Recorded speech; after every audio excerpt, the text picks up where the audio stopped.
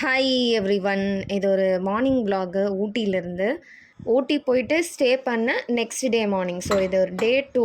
இதுதான் வந்து room view. ரூம்லேருந்து வெளியே பார்த்தா ஹோல் வியூ இப்படி தான் இருக்கும்.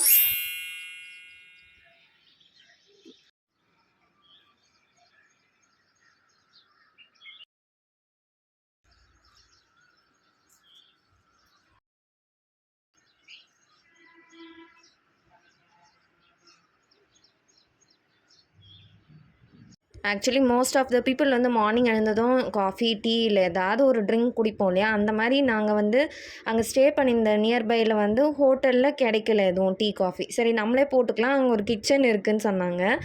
அப்படி பார்த்தாலும் பக்கத்தில் மளிகை கடையும் அவ்வளோ மார்னிங்கில் ஓப்பன் பண்ணலை, அண்ட் சர்க்கரையும் கிடைக்கவே இல்லை.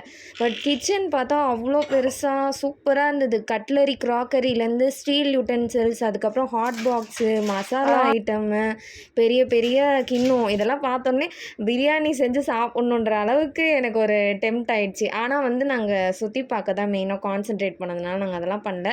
ஸோ கிடைச்சது பால், அதுக்கப்புறம் பூஸ்ட்டு. சர்க்கரை சுத்தமாக கிடைக்கலங்கிறதுனால அது மட்டும் போட்டு குடிச்சிட்டோம். இந்த வாட்டி வந்து ட்ரிப் போனதில் நாங்கள் லேர்ன் பண்ணது என்னென்னா, மெயினாக இந்த பேசிக் திங்ஸு, சுகரு இல்லை டீ பவுடர், காஃபி பவுடர் அந்த மாதிரி எடுத்துகிட்டு போயிட்டா அட்லீஸ்ட் ஹாட் வாட்டர் கிடச்சிதுன்னா பிளாக் காஃபி ஆர் டீ கூட போட்டுக்கலாம். பட் அதுவும் இல்லைன்னா கொஞ்சம் கஷ்டம். ஃபைனலி மார்னிங் ட்ரிங்க் வந்து பூஸ்ட் தான் ரெடி பண்ணோம். அன்றைக்கி டேயில் நாங்கள் எங்கெல்லாம் வந்து சுற்றி பார்த்தோம் அப்படிங்கிறதெல்லாம் ஃபுல் டீட்டெயில் விலாகாக நான் அப்கமிங் வீடியோஸில் ஷேர் பண்ணுறேன். Stay tuned and thank you so much for வாட்சிங்.